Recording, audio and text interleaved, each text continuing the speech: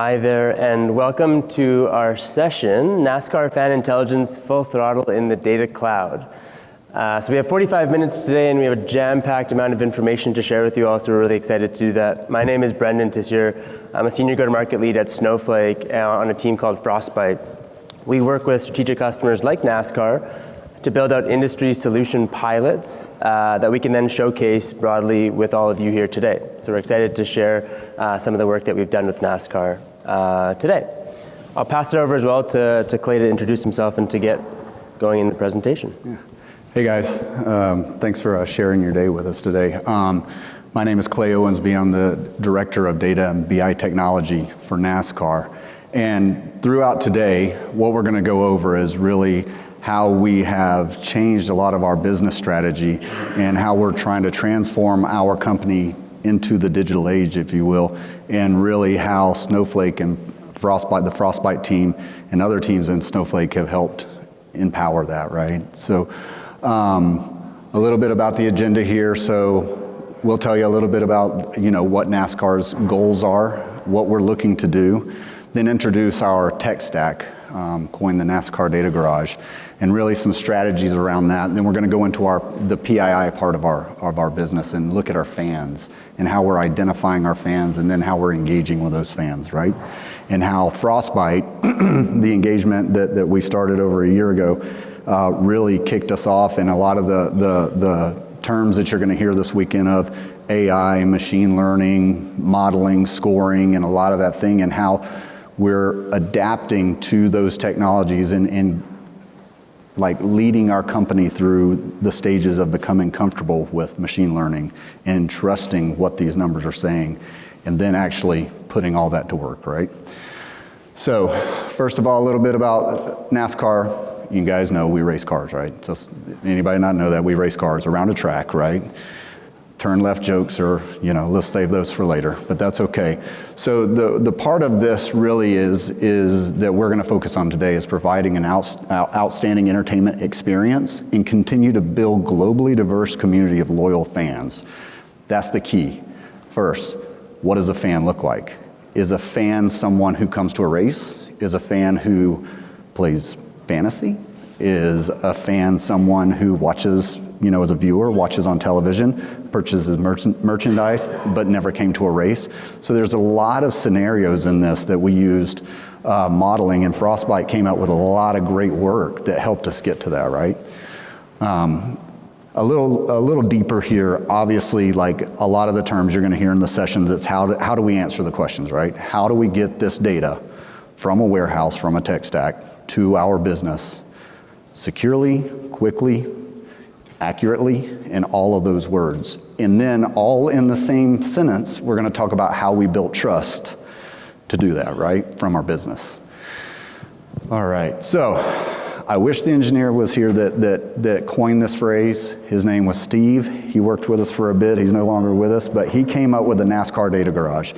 And this phrase, don't let it fool you. It's not just a data warehouse. It's not just an activation engagement tool. It's everything that we do. It's centralizing our data. It's identifying our data. And when we talk about ID, we're talking about, we spoke earlier and we teed it up as a fan, right? We want to get to the person, right? And we want to know as much about that person as we can, right? So identify, and then how do we engage? There's a lot of different personas in the world, right? A lot of people will argue, and I've heard it at different sessions of email king. You've got email, you've got text, you've got phone. I mean, there is a plethora, and we could talk about, all those different areas, right? But really, what we're looking to do is to transition this. So if you notice here, one, centralized, that's where Snowflake came in. So we reimagined our entire data warehouse about 3 years ago, right? And that's when we came into using a tech stack of Snowflake Matillion. Okay, that's great. You can move data, you can centralize the data, you can pick it up, you can put it down. Snowflake's super fast, right? We get all the data where we want it, then we transform the data, right? And we model it. Then, okay, that's great. You got a data model. What's that mean to your business? Well, now we have to get that data and segment that data, right? And that's where Growth Loop and Adobe comes in. Those tools empower us in our business, marketing teams, et cetera, to go in, create advanced segmentations. And on top of that, we've had a lot of success with Growth Loop in activations, pushing that data to our email marketing systems and pushing that data to CRM systems, right? So great partners here. And then the engagement, which we're going to talk about with the Frostbite engagement, they came up with a great model that predicts the likelihood of the engagement score with different channels, right? And we'll get in that a little deeper. So that's our strategy behind the NASCAR Data Garage, right? A little bit more under the hood. I'll try not to make too many NASCAR jokes, right? But under the hood here, really, in conjunction with the Frostbite team, they came into town and really we said, this is where we believe our gap is. Now, NASCAR is changing, it's evolving, and you're gonna hear me say evolve a lot through this talk, right? So the evolution one of going from on-prem data storage, et cetera, and pushing all that to a cloud solution, that's one evolution, right? We were able to do that quickly with Snowflake, and we spoke about Matillion, Growth Loop, so all of that are cloud-based systems, right? But one key, God bless you, one key part of Snowflake that really helped us, fast track all of our data movement was Snowflake data shares, right? When we approach any engagement partner, the first question we ask is, do you do data shares? Because if they do, then that's key for us, right? So as you see here, we have data sources and we have a ton of data, if you guys could imagine. Social, we have gaps with some, like, so we were talking earlier, we have a gap with some social data, we have a gap with some viewership data. And we'll get into a little bit more in detail on that, why that's important here in a minute. But all the sources you see here on the left, like I said, we pick up the data, the source data, we drop it, you see raw, then we harmonize it, and then, at the end there in the analytics, you're gonna see our next best actions, our lead scores, our demographics, and really this process was really was a big focus of the Frostbite team when they came into town and they went through our use case, right? They helped identify, we told them what we thought our gaps were, and we had business members there that helped define some of those gaps, right? Well, they came back and said, well, we also see this gap, and we also see this gap. And a lot of it was around social and that viewership data of getting to a person, right? So really, this is the tech stack that we came out with on the first step of the Frostbite engagement.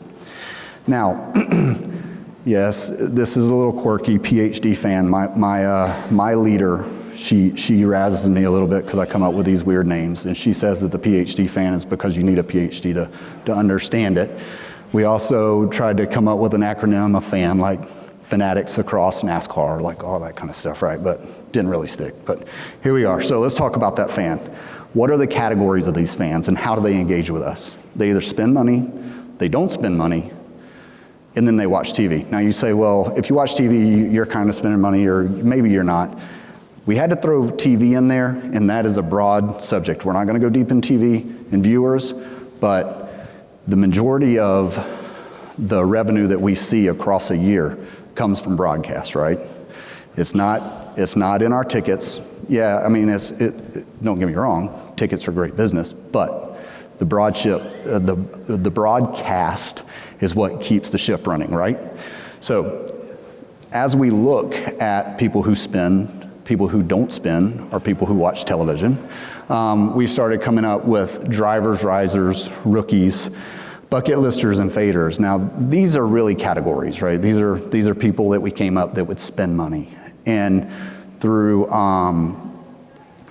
other Snowflake teams with Simon Combs, they helped us dig into these categories a little bit more, and how do we begin to take our first step in data science? What does that look? How do we step off the ledge? And the first step is, well, build a model. Here we go. So what does that mean? So that's great. We built a model. We had a next best action model from Frostbite, and we also had a few other models from business objectives and strategies that we were focusing on. One of our big strategies across the evolution of NASCAR is one, yes, we got a new car. Two, we're racing in great, amazing new places. We're racing in Chicago if anybody wants to go to a race next Saturday. So down the streets of Chicago. So through all the evolution of NASCAR, we started to predict and we started to look at numbers and figure out, like, how do these numbers look? So we made these models, right? And then we said, okay, business, here's your numbers. Okay, Clay, well, what does that mean? What does that do for me? So then we had to take these different models and these different numbers and try to categorize them into spenders, non-spenders, et cetera, right? And so as we go through each of these, I mean, I don't think you see, we can go into depth. Like, I'll do the first one at the top, tap heroes. So we see tap heroes in our younger demographics, right? And and the problem with our younger demographics is, yes, they have a huge digital score, right? It's off the charts, but they've never been to a race. So how is that going to look in a familyhood? It's fandom, right? So if you've got 50-50, you've got a great digital score, but a poor attendance score, well, you're going to get a 50%, right? It's not really what we need to do. So throughout all this, and we started to learn and see the digital interactions, our business was also pushing at the same time a digital first approach. And what that did was that pushed, some of our sales campaigns from the beginning of what we call a renewal status, so the day after a race, or even the day of a race, we're trying to sell for the next year, right? And so when we calculate a retention score, it's how likely is that person to come back to the same race the next year. And as we started looking at this digital first model, you're going to see some of the work that the Frostbite team uncovered that helped strengthen that strategy. Now, as I said, we're in the middle of all that evolution, right? So we're still working through the first year of all these changes. So this is really hot off the press, and we're really still learning to figure out exactly what all this means, right? So you've heard me talk about a fan score, and the work that Jason, Simon, and Chase has been doing is, again, taking that attendance score and taking that digital score. Now, we do have a data scientist as well that works with them. So what Snowflake is doing, if you put that together, what Snowflake is really doing for us here through Frostbite and the other teams is empowering our team and helping us make a difference in a business. There's not many times in your career where you actually get to do something that's a North Star of a huge major company and a brand like that, right? So it's an amazing time in this evolution of our sport, right? So as you can see here, we went down the path with Frostbite. We started basically feature engineering, right? And trying to see what features are gonna balance this. Won't go into a lot of the details, but you can see demographic data and behavioral data, right? So we're looking at where they are, where are fans coming from. Key points there is, if we see a large lift of fans coming from one area, why don't we have a race there? So that impacts our schedule for the next year and the next year. So we actually saw a huge lift from Canada, and it looks like next year we're gonna race in Montreal. So that's hot off the press. May or may not happen, but it looks like it's going to. So, and then other cities that we're seeing there are cities like, well, I'll say countries. Brazil is one, Mexico is another. So a lot of these demographics are driving, so it's not just, okay, you understand your fan. Well, now we're taking demographics and, behavioral data and figuring out where someone is and then adjusting a major league schedule to fit those demographics, right? And through those analytics. So a lot of work and a lot of impact to our sport there. I'm going to keep going back to this fan score, right? Because that's a lot of what we're doing and a lot of what's going to empower our sales funnel. Because the first thing we have to do is through our sales funnel, right? We welcome you. Hey, you're a new fan. We see you filled out a form. Welcome to NASCAR, right? The next thing we do is we put you on some type of, let's call it a nurturing or a warm-up campaign, right? That's gonna say, hey, look at all the cool things happening in NASCAR, And then the next step is, okay, is this person a fan or not? Or did they just fill out a form to get a free shirt, right? So is this person a fan? get a lead score on them, right? So then, once we understand if they're hot, cold, warm, whatever you want to define them as, right? We start looking, okay, we get it. This person wants to communicate with us. Well, how do we communicate with them? One, or should we even communicate with them at all? Like, what is the answer here? And as you're going to see in some of the SHAP models here, maybe not in this one, but let's just say your digital score over on the side, how likely is a person to engage in a digital offering in the next 7 days? So that's one score, but again, if you realize we're still in that 50-50 mix, right? We haven't flattened the curve out, right? And then the attendance there is how likely is a person to attend the same event the next year. We went through the models, all of the data supported, everything was pointing in a good direction, but still we had the problem, right? Hand this to a business leader. Okay, Clay, that's a great number. What's it mean? What are you gonna do? Like, how is it in a flow? All right, understanding the fan, what does it mean? What does it mean, Clay? That's where we're gonna stick, right?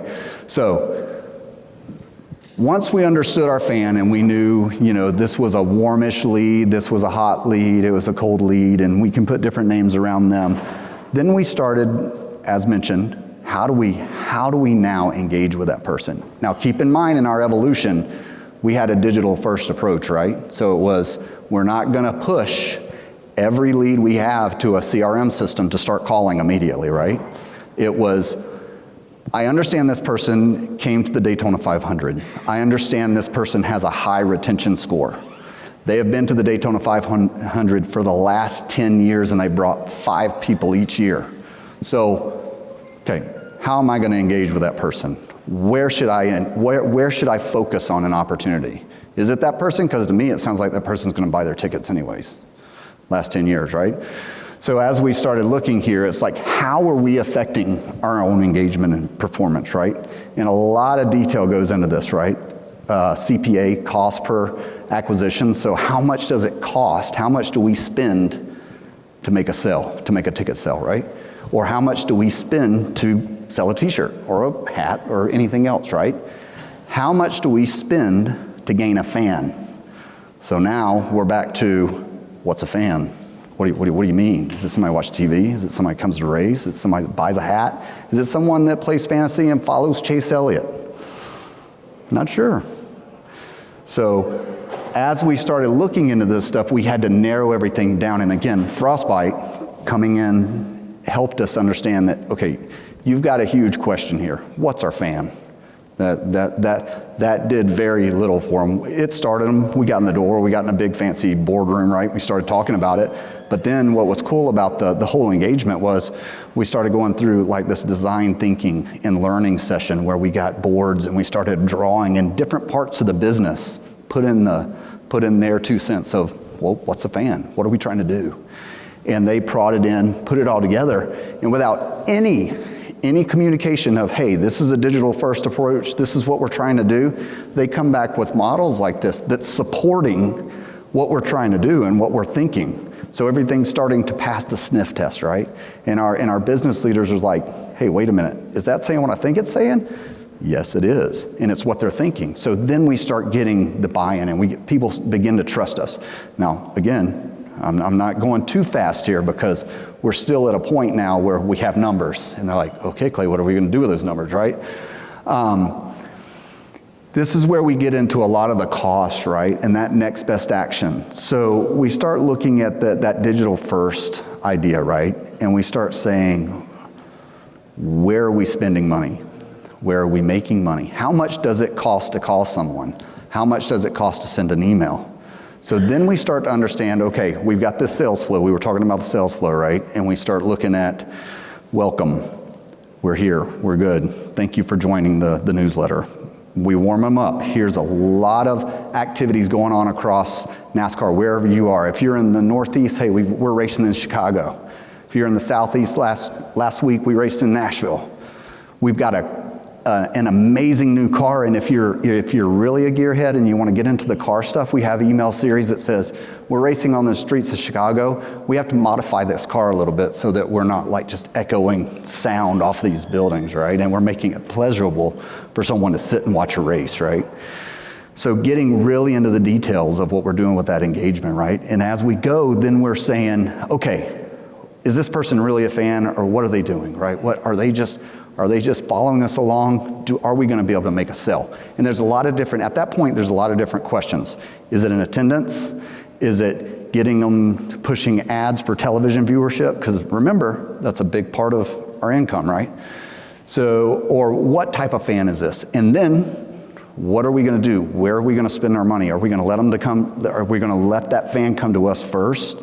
Engage digitally with us first? Is it, okay, call them. Yep, it's a hot lead. Call them immediately. Let's go.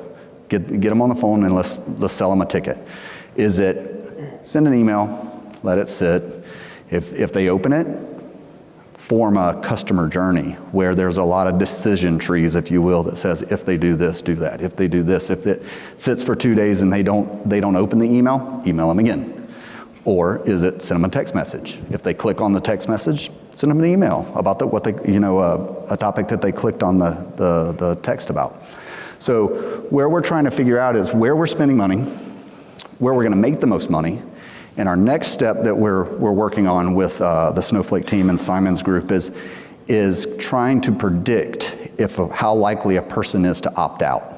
So through our CPA analysis, we found where we're spending money to engage, right? But then we also found that getting an opt-out, I'm not going to say a number because my analytics guy would probably, not like it, but it's as high as acquiring new business. One opt-out is almost as high as acquiring new business, and that's loss of money to us. So what we're trying to do is make sure, if I go back here, where we see on the left-hand side here, where it shows rolling sum count CRM activities, that chat model says where that number's high, it's negatively impacting your score. So what it looks like for some of our group is, hey, leave them alone. They're going to come back. Let's not negatively impact our score. And with that, and where we're going there, I'm going to pass it over to Brendan to really get into the weeds of the technology. Thanks, guys. Thank you, Clay. So how did we execute on this? For those of you that came in after the introduction, my name is Brendan Tischer, and I'm on the Frostbite team within Snowflake that works with strategic customers like NASCAR to build out these industry solution pilots over a span of about 8 to 10 weeks. So everything that I'm going to show you in this demonstration coming up here is everything that was executed alongside them over this 8 to 10 week period. And it starts with design thinking. So our design thinking approach is this ultimately structured brainstorming where we understand the challenges of our different business stakeholders. So at NASCAR, it was in sales, admissions, and marketing, and really understood what was motivating them and what they really needed to transform their business. One of those things that Clay had mentioned was how do we reduce opt-outs within the organization? From there, we then work and our team builds out a solution pilot, and now I'll showcase to you what some of these elements look like.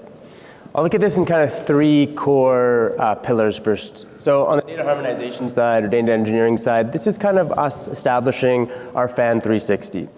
We have our first party data coming from our NASCAR known systems. These are where our known fans are. And then we also have our third party data coming from Newstar in this case. This is our demographic details, and we'll showcase what this looks like coming from the marketplace. Now that helps us understand our known fans, but we also worked on understanding our unknown fans, and we did some work alongside Share This to capture some of those behavioral insights across NASCAR's unknown fan base.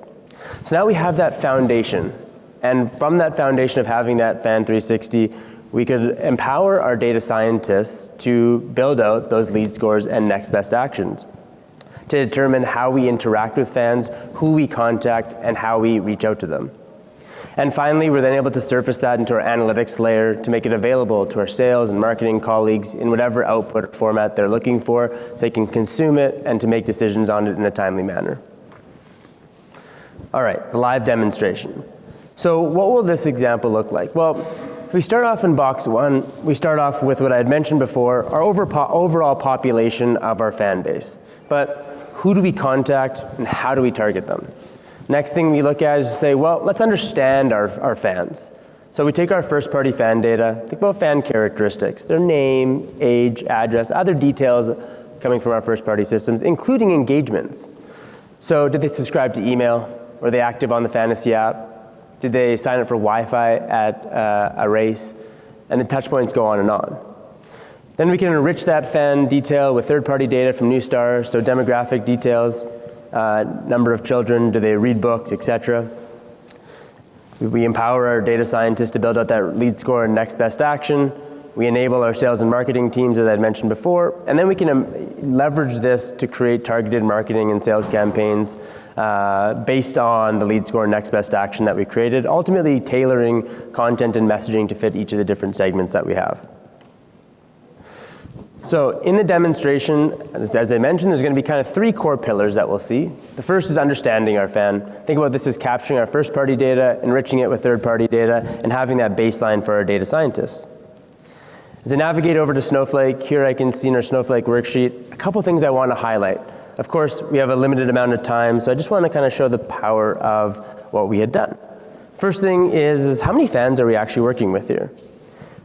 In this example here, we're looking at 15.4 million fans. One thing to call out as well, as we go through the demonstration, you'll see some PII. All the PII has been mocked up and anonymized for demonstration purposes, but ultimately the value that's provided here is real. So 15.4 million fans, that's really interesting, and that's kind of our baseline. But even more interesting is what we look and capture with these fans. So our daily fan activities or engagement touch points is 111 billion. So ultimately informing our lead score and next best action with NASCAR was 111 billion customer engagements and touch points and activities.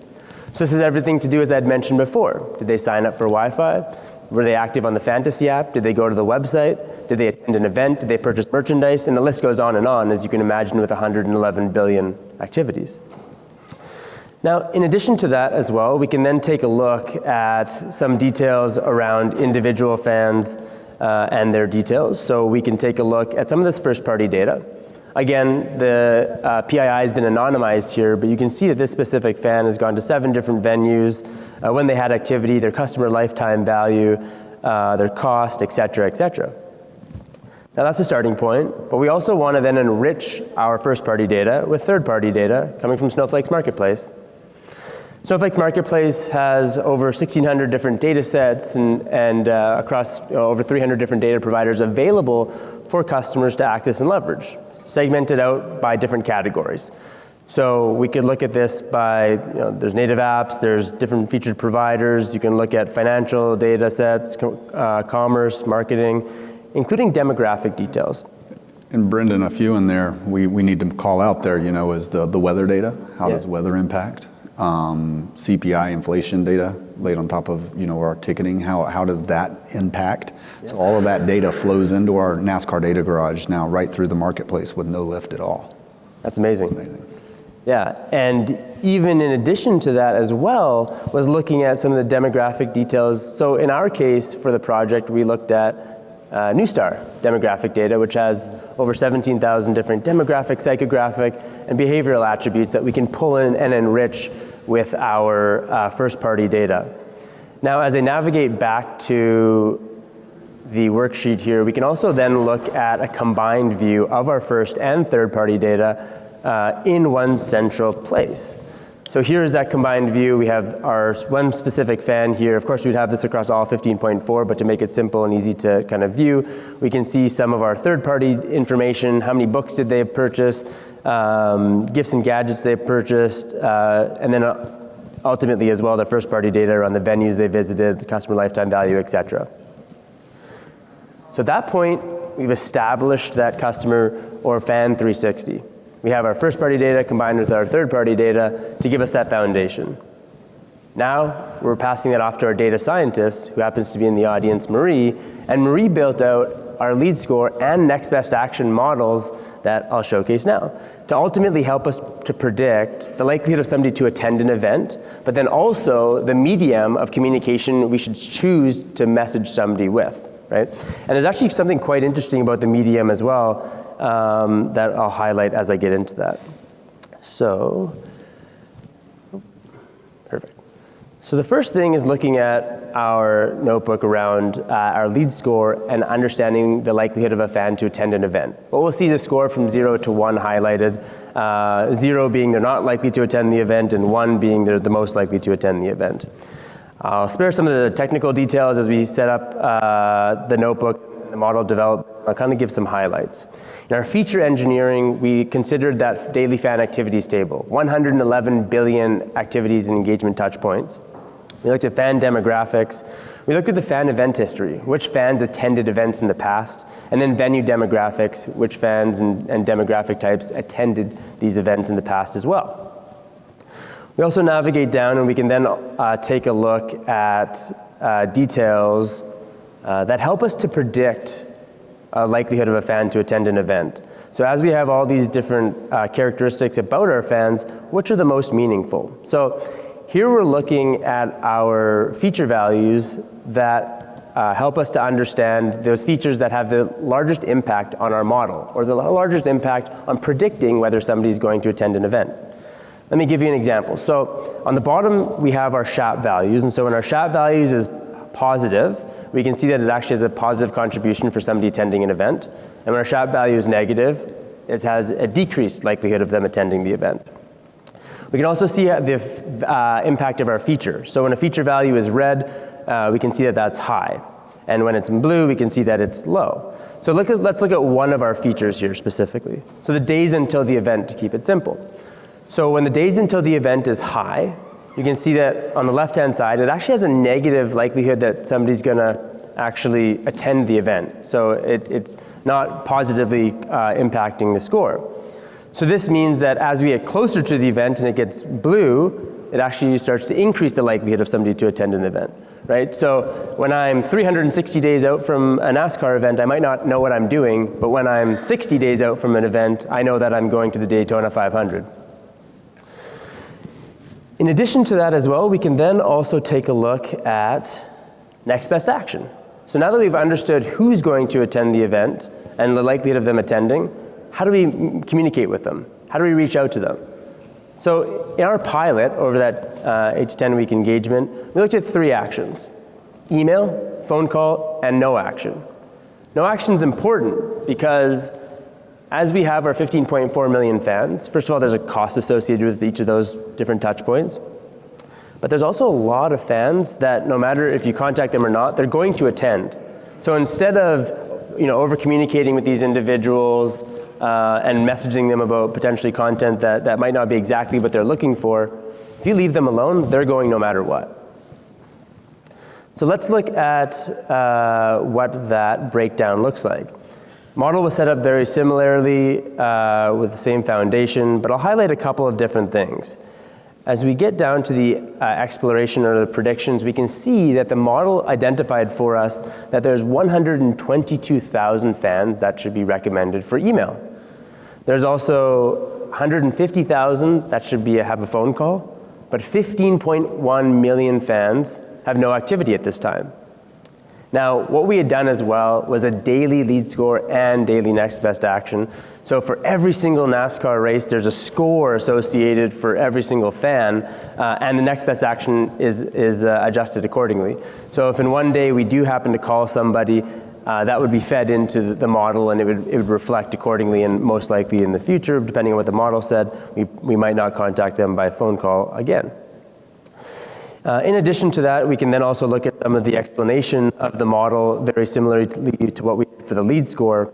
And in the same structure, we can look at the rolling sum count of targeted email activities. So when the number of targeted email activities is high, we can see that it actually has a positive impact on our SHAP value.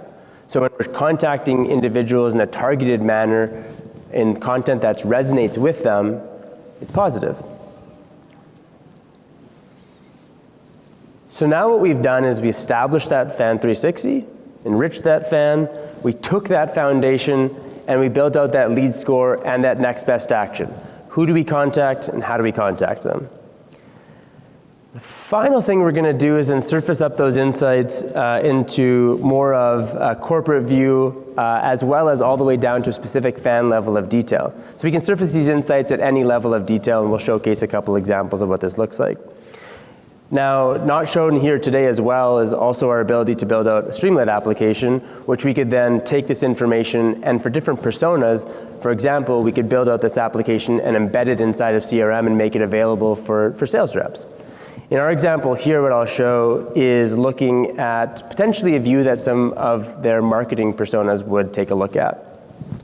So if I drill into a specific fan, again, just highlighting that PII here has been anonymized, we can see Sally Anderson. Sally has that first-party data coming from our NASCAR systems, and then that third-party demographic details enriched from Newstar. We can also see our last purchase date information and all the interactions and history across different campaigns and touch points that have occurred for Sally as an individual.